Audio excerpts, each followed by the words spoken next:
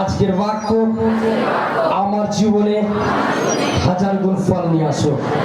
এই বাক্য সিমসনকে বলবান করেছিল ঈশ্বর, কিন্তু সে পাপের কারণে তার জীবনে ক্ষতি নেমে এসেছিল। আমরা এটা পড়ে প্রভু যেন কোনো ভুল না করি, কোনো যেন পাপের মধ্যে না হেঁটে যায়। Amen, hallelujah. তাই জন্য বাক্য পড়বো শিমশনের বিবাহ। হ্যাঁ, সিমসনের বিবাহ। শিমশন তিমান্না শহরের দিকে নেমে এলো। বলছে সিমসন একটা শহরে গেলেন, সেই শহরের নাম ছিল তিমান্না শহরের দিকে নেমে গেলেন। সেখানে সে একজন ফলিস্তীয় নারীকে দেখতে পেল। বলছে সেখানে ইসরায়েল হচ্ছে, ইসরায়েল জাতি হচ্ছে সিমসন। আর যারা ঈশ্বরকে মানত না, যারা মূর্তি পূজা করত, পাপ করত, তারা হচ্ছে ফলিস্তীয়। তাদের মধ্যে অনেক রকম পাপ ছিল, নোংরামও ছিল, আর তাদের সাথে ইসরায়েলের কোনো পোড়াবন্ধি ছিল না। হালেলুয়া। কিন্তু ইসরায়েল জাতিকে ফলিস্তীয়ের উপরে বন্দী ছিল। হালেলুয়া, তাই তো? হালেলুয়া। কিন্তু সিমসনকে ঈশ্বর বানিয়েছিল, তাকে শক্তি দিয়েছিল যেন ফলিস্তীয়দের হাত থেকে ইসরায়েলকে উদ্ধার করতে পারে। আর তারই পরিকল্পনা অনুযায়ী চলছে। বলছে সিমসন তারপর পড়বো বাড়ি ফিরে শিমশন তার পিতামাতাকে বলল, বলছে সিমসন বাড়ি ফিরে এসে তার মাতা পিতাকে বলছে, আমি তিমান্না একজন ফলিস্তীয় নারী দেখেছি। বলছে আমি তিমান্না দেশেতে একটা ফলিস্তীয়দের একজন নারীকে দেখেছি। তোমরা তাকে আমার কাছে এনে দাও। বলছে তোমরা তাকে আমার কাছে এনে দাও। তার বাবা আর মায়ের কাছে কাছে গেছে আর বাবা মাকে বলছে আমার বিবাহ করা উপযুক্ত আমি হয়েছি, আমি একটা ওই শহরে গিয়ে একটা মেয়েকে দেখেছি পলিস্টিউদের নারী, তাকে আমার কাছে এনে দাও, আমি তাকে বিয়ে করব। তারপর আমি তাকে বিয়ে করতে চাই। হ্যাঁ, তার পিতামাতা বলল, তার পিতামাতা বলছে তুমি তো ইসরায়েলের একজন মেয়েকে বিয়ে করতে পারো। বলছে তুমি তো ইসরায়েল জাতির লোক, তুমি তো ইসরায়েল জাতির কোনো মেয়েকে বিয়ে করতে পারো। তারপর ফিলিস্তিনীদের মেয়েকে বিয়ে করতে তোমার এত ইচ্ছা কেন? বলছে তুমি ইসরায়েলিদের লোক হয়ে তুমি ওই জাতিদের মেয়েদের কেন বিয়ে করতে চাইছো? এইসব লোকেদের এমনকি সুন্নত পর্যন্ত হয়নি। হ্যাঁ, তারপর বলছে তারা কোনো ঈশ্বরকে মানে না, আর তাদের মেয়েকে কেন তুমি বিয়ে করতে চাইছো? পড়ো। সিমসন এইসব কথা শুনলো না। কিন্তু সিমসন তার মা বাবার কথা শুনলো না। আজকে অনেক মেয়েরা আছে মা বাবার কথা শোনে না, ছেলেও আছে মেয়েও আছে, আর যখন টাইম নেই তখন দানা ওষুধ নাই গলায় দড়ি, নাই বাবার কাছে এসে বলছে প্রভু বাঁচাও, নাই বাবাকে বলছে বাঁচাও। তাই জন্য বাইবেল শিখাচ্ছে যদি তুমি এখানে আসছো প্রভুর ছেলেদের ছাড়া জাগতিক ছেলের সাথে বিয়ে করো না। হালেলুয়া। মা বাবার কথা ছাড়া অবাধ্য হয়েও না। হালেলুয়া। বলছে কেন তুমি তাদের মেয়েকে বিয়ে করতে চাও? তারপর ওই মেয়েটিকে আমার জন্য এনে দাও, হ্যাঁ, তাকে শুধু আমিই চাই। তারপর সিমসনের পিতামাতা তো জানতো না এটা ছিল প্রভুর অভিপ্রায়। প্রভু চায় এই দ্বারাই তাদের লোককে মারবে, হত্যা করবে। তারপর তিনি কিভাবে ফিলিস্তিনীদের শায়েস্তা করা যায় সেই রাস্তা খুঁজছিলেন। হ্যাঁ, সেই সময় ইসরায়েলের ওদেরকেই রাজত্ব ছিল। তখন ইসরায়েলরা নিজেদের হাতে চলে এসেছিল সিমসন দ্বারা, তার রাজত্ব চলে এসেছিল, তাই তো? তারপর পিতামাতাকে নিয়ে সিমসন তিমান্না শহরে নেমে এলো। একটা জিনিস মনে রাখবেন, আপনি যদি একা গ্রামে যিশুর দাস, আপনি সিমসন আছে, আমেন। আপনি বড় যোদ্ধা আছেন। যদি আপনি সৎ পথে চলেন, সিমসনের মতন পাপ না করেন, আপনাকে কেউ রুখতে পারবে না। স্বয়ং ঈশ্বর আপনাকে চালাবে, স্বয়ং ঈশ্বর আপনাকে চালাবে। আমেন। এই মিনিস্ট্রি এত বাড়ছে, ঈশ্বর এমন বড় বড় কাজ করবে যদি তুমি সিমসনের মতন পাপ না করো, তার সততার সাথে যদি চলতে পারো ঈশ্বরের সঙ্গে, ঈশ্বর তোমার পাড়ার মধ্যে তোমাকে যোদ্ধা হিসেবে ব্যবহার করবে। হালেলুয়া। আমরা এমন এমন দাস, দুটো সবজির জন্য, দুটো চালের জন্য, দুটো খাবারের জন্য আমরা লড়াই করে ফেলি, ঈশ্বরের কাছে পাপী ঘোষণা হয়ে যাচ্ছে। আর ঈশ্বর তোমাকে মান্ডির রাজা বানাতে চেয়েছে, অর্থর রাজা বানাতে চলেছে। রাজাদের রাজা তোমার সঙ্গে আছে, আর তুমি ছোটখাটো বিষয় নিয়ে ঝগড়া করছো, হিংসা করছো, রাগারাগি করছো। হালেলুয়া। সে ঈশ্বর চায় এর দ্বারা ফিলিস্তিনীদের শায়েস্তা করবে। বড় শহরের কাছাকাছি ডাক্তার খেতে পর্যন্ত তারা চলে এলো। তারা সেখানে গেল। তারপর সেখানে হঠাৎ একটা যুব সিংহ গর্জে উঠে সিমনের উপরে ঝাঁপিয়ে পড়লো। হালেলুয়া।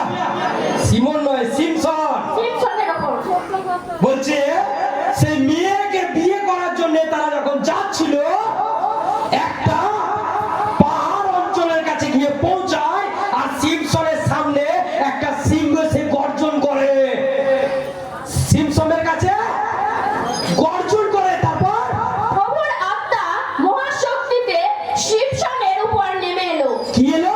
প্রভুর আত্মা মহাশক্তিতে সিমসনের উপর নেমে এলো। প্রভুর শক্তি মানুষের জীবনে নেমে আসে না, আসে না? অনেকজন ডাউট করে, অনেকজন চিল্লায়, অনেকজন পড়ে যায়, লিডাররা অনেকজন ডাউট করে, বা বিশ্বাসীরাও করে, অনেক পাস্টররা বলছে পবিত্র আত্মা বলে কিছু নেই। এখানে বলছে ঈশ্বরের কাছে প্রার্থনা করে তার শক্তি নেমে আসে। তাহলে সে ঠিক না, বাক্য ঠিক না, ঈশ্বর ঠিক? হ্যাঁ, হালেলুয়া। যে এই কথাগুলো বলে সত্যি মনে হয় এখনো অরিজিনালি ঈশ্বরের টাচ, তার টাচ বা তার ছোঁয়া মনে হয় বাস্তবিক পায়নি। এটা বাস্তব। যে পেয়েছে, যে ঈশ্বরের অরিজিনাল টাচ পেয়েছে, সে বলবান হয়েছে। সেই জায়গায় যখন সিংহ গর্জন করে উঠলো, ঈশ্বরের আত্মা, ঈশ্বরের শক্তি ওল্ড টেস্টামেন্টে নেমে আসতো, নিউ টেস্টামেন্টে প্রভু যীশু খ্রিস্ট স্বর্গে যাওয়ার পর পবিত্র আত্মা নামে তোমার কাছে নেমে এসেছে। তুমি যদি বিশ্বাস করো, তোমার প্রার্থনায় একটা শুকনো গাছ এখান থেকে গিয়ে সাগরে পড়তে পারে। কিন্তু তোমার প্রার্থনা চাই, প্রার্থনা বিনা কিছু নেই, উপবাস বানা কিছু নেই। সেই জায়গায় বলছে সিংহ যখন গর্জন করছে, মহাশক্তিতে শিমশনের উপরে নেমে এলো। শক্তি, মহাশক্তি নেমে এলো। খালি হাতেই শিমশন সিংহটাকে ছিঁড়ে দু টুকরো করে ফেললো। হালেলুয়া। ঈশ্বর এমন শক্তি দিয়েছে, সিংহকে ছিঁড়ে দু টুকরো করে দিয়েছে, হাতে করে, হাতে করে ছিঁড়ে দু টুকরো করে দিয়েছে। তারপর অনায়াসেই সে একটা করে ফেললো। অনায়াসে করলো। ঈশ্বরের শক্তি থাকলে না লোনে ভয় পাবে, না ফাইন্যান্সে, না রোগে, না বিমারিতে। তুমি বিশ্বাস করো, সবকিছু ঝড়কে অতি হালকাভাবে অতিক্রম করতে পারবে যদি তোমার সঙ্গে যীশু খ্রিস্ট থাকে। তোমার সঙ্গে যদি যীশু খ্রিস্ট থাকে। আমেন। আর সে যখন সিংহটাকে ছিঁড়ে দিল, তারপর একটা কচি পাতাকে চিড়ে ফেলার মতোই কাজটা যেন সহজ হয়ে গেল। বলছে সিমসন যে শেরকে, যে সিংহকে ছিঁড়ে দিল, একটা কচি পাটা ছাগলের মতো ছিঁড়ে দিল তাকে, ঈশ্বরের শক্তিতে। তারপর কিন্তু শিমশন ঘটনাটি পিতামাতার কাছে বলল না। কিন্তু সে পিতামাতার কাছে বলল না। তারপর শিমশন শহরে গিয়ে ফিলিস্তীয় মেয়েটির সঙ্গে কথাবার্তা বলল। সে ফিলিস্তীয় মেয়েদের সাথে কথা বলল। মেয়েটি তাকে খুশি করেছিল। তাকে খুশি করেছিল। কয়েকদিন পর শিমশন ফিরে এসে ফিলিস্তীয় মেয়েকে বিয়ে করতে এলে বলছে পরে সে এসে ফিলিস্তীয় মেয়েকে বিয়ে করবে। তারপর করতে এলে পথে মৃত সিংহটিকে সে দেখলো। কত পদ পড়ছো? 4, 8, 8। হালেলুয়া। 8 পড়ছো? জয় ঈশ্বর। হালেলুয়া। তারপর 10 থেকে পড়ো। শিমশনের পিতা ফিলিস্তীয় মেয়েটিকে দেখতে গেল। বলছে সিমসনের পিতা ফিলিস্তীয় মেয়েটাকে দেখতে গেলেন। এটাই ছিল প্রথা যে বর সে একটা ভোজসভা করবে। সে অনুযায়ী সিমশন সেই অনুষ্ঠানের আয়োজন করতে গেল। বলছে যদি কোনো মেয়েকে বিয়ে করতে হয়, তাহলে তার পিতা বা তার বাড়ির লোক বা ছেলে গিয়ে দেখতে যাবে। আর দেখতে গেলে কেউ ঘুমাবো না, ঈশ্বরের জন্য হবে। এখানে ঈশ্বরের আত্মা আছে, যে ঘুমাচ্ছ কিচ্ছু পাবে না। হালেলুয়া। আর তখন সে একটা ভোজ সভাকে উপস্থিত করলো। আর তারপর ফিলিস্তীয়রা যখন দেখলো শিমশন এইরকম একটা ভোজের ব্যবস্থা করেছে, বলছে যারা বিরোধী লোক তারা দেখলো সিমসন একটা বড় আয়োজন করেছে, তখন তারা ওর কাছে 30 জন ফিলিস্তীয়কে পাঠালো। বলছে 30 জন ফিলিস্তীয়কে পাঠালো। 30 জনকে সিমশন বলল, 30 জনকে সিমসন বললেন, আমি তোমাদের একটা ধাঁধা বলতে চাই। বলছে আমি তোমাদের একটা ধাঁধা বলতে চাই। যারা ফিলিস্তীয়, যারা প্রভুর লোকেদের সিমসনের উপরে অত্যাচার করতে চায়, তারা সেই ভোজে অংশগ্রহণ করে 30 জন। আর সেই অংশগ্রহণে সিমসন সেই 30 জনকে বলছে যে আমি তোমাদের একটা ধাঁধা বলতে চাই। ধাঁধা মানে একটা পেহেলি, একটা ধাঁধা। হালেলুয়া। কি ধাঁধা বলতে চাই? আমি তোমাদের একটা ধাঁধা বলতে চাই। এই আনন্দ অনুষ্ঠান 7 দিন ধরে চলবে। বলছে এই অনুষ্ঠান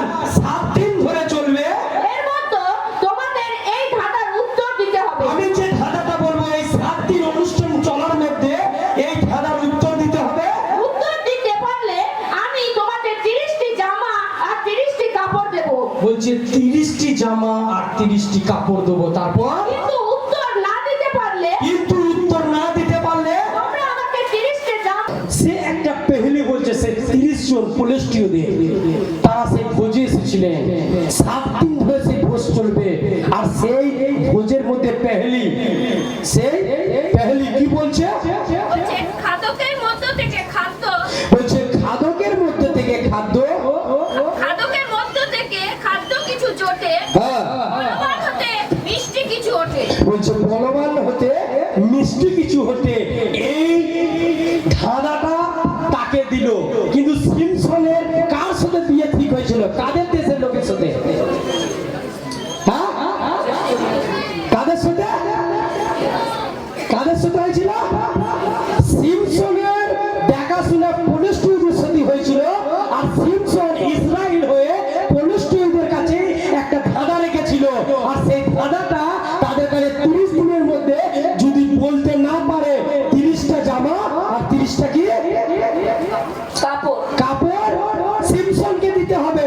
আর সিমসনকে যদি ওরা ভুলে যায়, তাহলে সিমসনকে পলিস্টুইদের দিতে হবে। তারপর চালু হচ্ছে, শুনবেন মন দিয়ে।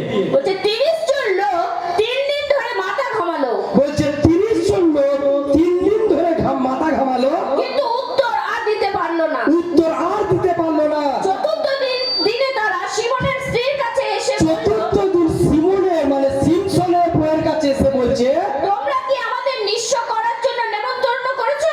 এবার তার স্ত্রীকে ধরেছে। বলছে তোমরা যে আমাকে নিমন্ত্রণ করেছিলে এখানে আসার জন্য, নিঃস্ব করার জন্য, তারপর তোমার স্বামীর কাছ থেকে কায়দা করে ধাঁধার উত্তর জেনে নাও। বলছে কায়দা করে সেই ধাঁধার উত্তর জেনে নাও। যদি উত্তর না বের করতে পারো, বলছে উত্তর না বের করতে পারো, তাহলে আমরা তোমাকে আর তোমার বাপের বাড়ি সবাইকে পুড়িয়ে মেরে ফেলবো। কি করে মেরে ফেলবো? পুড়িয়ে মেরে ফেলবো। কি করে? পুড়িয়ে মেরে ফেলবো। এখনো সেই কথা চলে আসছে যে যিশুর নামে প্রার্থনা করবে, পুড়িয়ে দেবো, মেরে দেবো, খুন করে দেবো, অ্যাক্সিডেন্ট হয়ে যাবো, এইটা করে দেবো, ওইটা করে দেবো। হালেলুয়া। সব ধার্মিক বিষয় বাদ দিয়ে ঈশ্বরের লোকের প্রতি বেশি আক্রোশ আছে। দেখুন, আমেন আছে না নেই? হ্যাঁ, কোথা পেছন থেকে চলে আসছে। শয়তান আর ঈশ্বরের সাথে আগে লড়াই চলেই আসছে। অনেকজন আছে ঈশ্বরের সাথে শয়তানের মিল মিলাপ করতে চায়। জাগতিক সঙ্গেতেও যাবে, প্রভুতেও আসবে, এখানেও আসবে, ওখানেও যাবে, এইটাও করবে, ওইটাও করবে। বাইবেল বলছে ঈশ্বরের আত্মা তাদের জীবনে কোনোদিন কাজ করবে না। যে মানুষকে ভয় খাবে সে ঈশ্বরের শক্তিকে কোনোদিন দেখতে পাবে না। যে ঈশ্বরকে ভয় খাবে মানুষকে সাহায্য করার ঈশ্বর শক্তি দিতে পারে। আমেন। তারপর বলছে আর কোনো উপায় না পেয়ে সে সিমসনের কাছে গিয়ে কাঁদতে শুরু করলো। দেখো, একটা মহিলা সিমসনকে যে শক্তি দিয়েছিল কেউ জানে না কোথায় শক্তি। হালেলুয়া। সে এখন এই পেহেলি, এই ধাঁধারও কিছুই কেউ জানে না, কিন্তু মেয়ে দ্বারা তার মধ্যে থেকে বার করাচ্ছে। কিরকম পড়ো? সে বলল, তুমি তো আমায় শুধু ঘৃণাই করো, হ্যাঁ। তুমি আমায় একটু ভালোবাসো না। তার স্ত্রী তাকে বলছে সিমসনকে, তুমি তো আমায় ভালোবাসো না। তুমি আমায় দেশের লোকেদের কাছে ধাঁধা তো বলেছো, হ্যাঁ। কিন্তু কই আমাকে তো তুমি সেই ধাঁধার উত্তর বলনি। সেই ধাঁধার উত্তর বলনি। সিমসন উত্তর দিল, হ্যাঁ। আমার মাতা পিতাকে যখন উত্তরটা বলিনি, তোমাকেও বলতে যাব কেন? বলছে আমার মা বাবাকে বলিনি, আমি তোমাকে কেন বলবো? তারপর অনুষ্ঠানের বাকি দিনগুলো সিমসনের স্ত্রী কেঁদেই চলল। কেঁদেই চললেন। তারপর শেষ পর্যন্ত সপ্তম দিনে সিমসন ধাঁধার উত্তরটি স্ত্রীকে বলেই ফেললো। হালেলুয়া।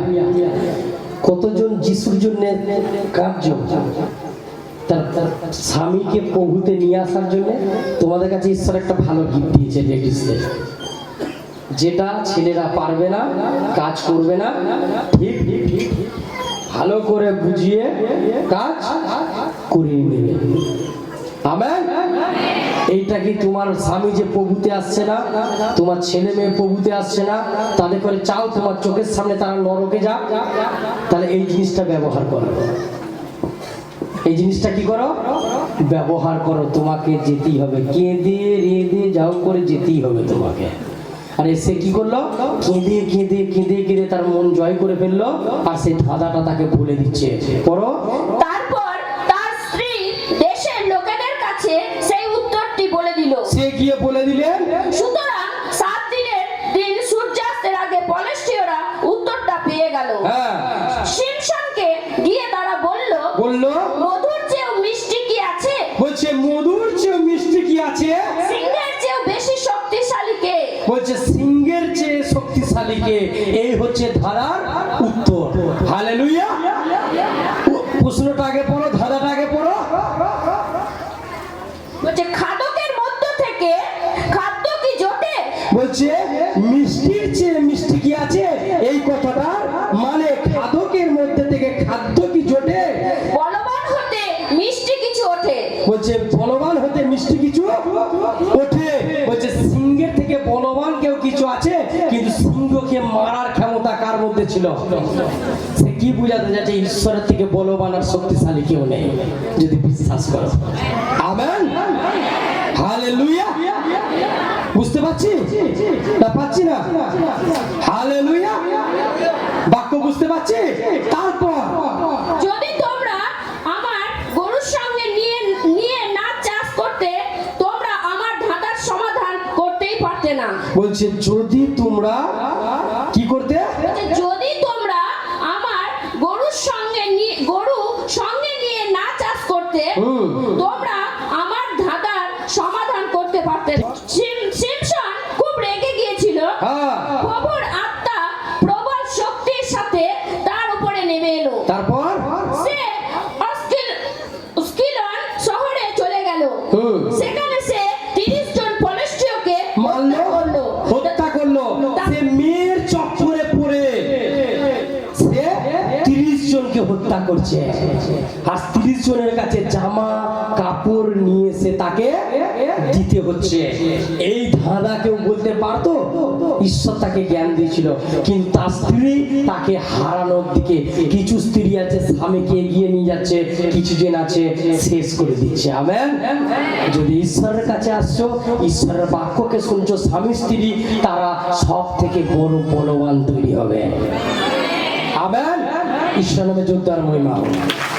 আমি আর একটা কথা